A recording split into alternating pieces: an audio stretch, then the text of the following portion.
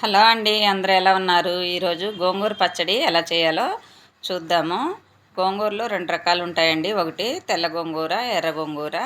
ఈ తెల్ల గోంగూర పులుపు తక్కువ ఉంటుందండి, మనం తినడానికి కూడా టేస్ట్ బాగుంటుంది. ఇది పచ్చిమిర్చితో చేసుకుంటున్నాను. 2-3 డేస్ కంటే ఎక్కువైతే నిల్వ ఉండదండి పచ్చడి. నేను రోటి పచ్చడి చేస్తున్నాను ఈరోజు. నేను కొంచెమే చేసి చూపిస్తున్నాను, ఎందుకంటే ఆల్రెడీ ఆలు ఫ్రై చేసుకున్నానని. ఈ పచ్చడి పక్కన తినడానికి కొంచెం చేసుకొని చూపిస్తున్నాను. అలాగే ఎర్ర గోంగూర అయితే పులుపు ఉంటుందండి, అది ఎండుమిర్చి కాంబినేషనే బాగుంటుంది. ఇప్పుడు పచ్చిమిర్చి గోంగూరకి సరిపడా తొడియాలు తీసుకొని ఇట్లా కడిగి సగం ముక్కలు చేసుకొని వేసుకోండి. మనం వేపేటప్పుడు కూడా అవి పేలకుండా మంచిగా వేపుకోవచ్చు. గోంగూర కూడా నేను చూపించింది చాలా లేత గోంగూర అండి, తొందరగా చేసుకోవచ్చు పచ్చడి.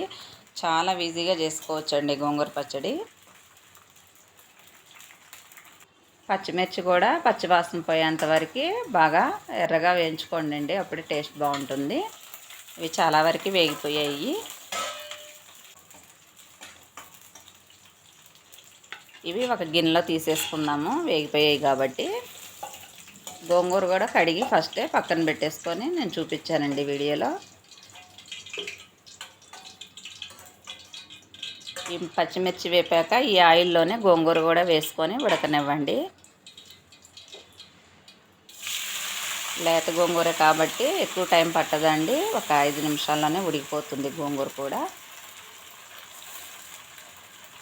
ఈలోపు నేను రోలు కూడా కడిగేసి పక్కన పెట్టేసేసుకున్నానండి. చూడండి, అప్పుడే సగం మగ్గిపోతుంది కూడా.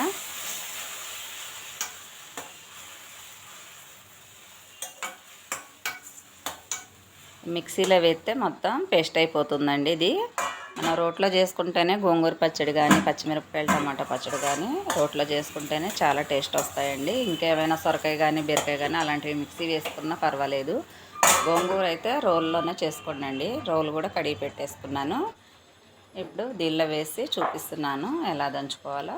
ఫస్ట్ అయితే పచ్చిమిర్చి వేసుకోండి.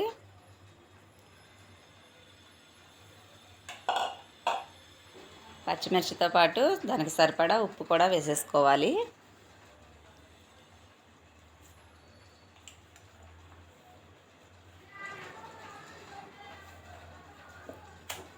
ఇవి దంచేటప్పుడు కచ్చా పచ్చాగా దంచేసుకోండి, మరి ఎక్కువ దంచుకోవద్దు.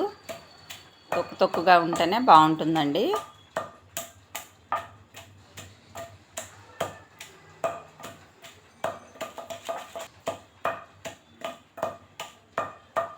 పచ్చిమిర్చి చాలా వరకు నలిపోయాయండి.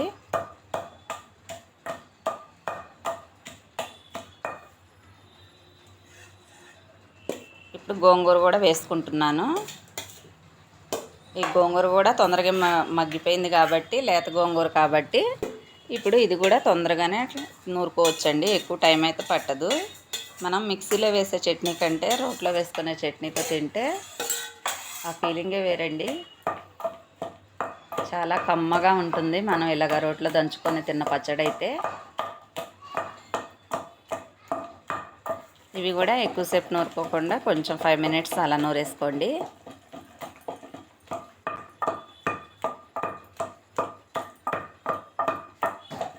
ఇవి నూరుకోవటం అయిపోయిన తర్వాత 4 వెల్లుల్లిపాయలు అలాగే జీలకర్ర కూడా వేసుకోవాలి. మనం తాలింపులో వేసుకున్న దంచేటప్పుడు కూడా కొంచెం వేసుకుంటే టేస్ట్ చాలా బాగుంటుంది.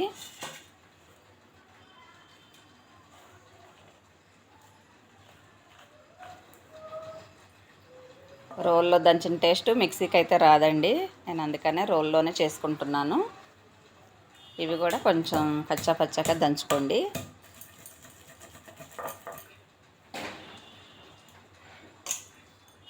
అవి దంచినాక మళ్ళీ గోంగూర పచ్చడి వేసేసుకుంటున్నాను, ఎందుకంటే మొత్తానికి పట్టాలి కాబట్టి ఒకసారి అలా నూరేసి తీసేసుకుందాము. ఇప్పుడు తాలింపు కూడా వేసుకుంటున్నాను మళ్ళీ.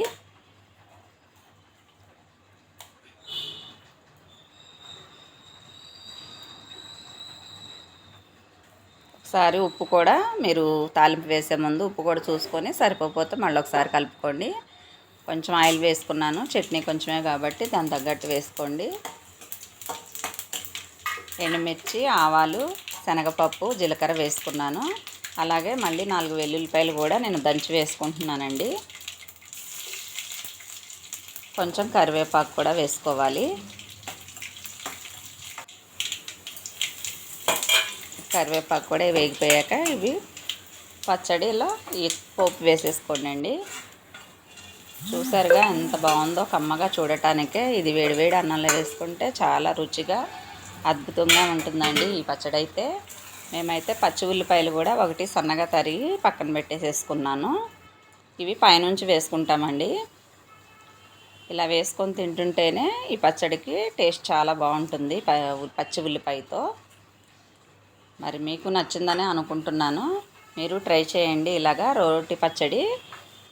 మా వీడియోస్ నచ్చితే లైక్ చేయండి, సబ్స్క్రైబ్ చేసుకోండి. మాకు గోంగూర పచ్చడి ఎలా ఉందో కామెంట్ బాక్స్లో కామెంట్ చేసేసేయండి. గోంగూర పచ్చడి రెడీ అయిపోయింది.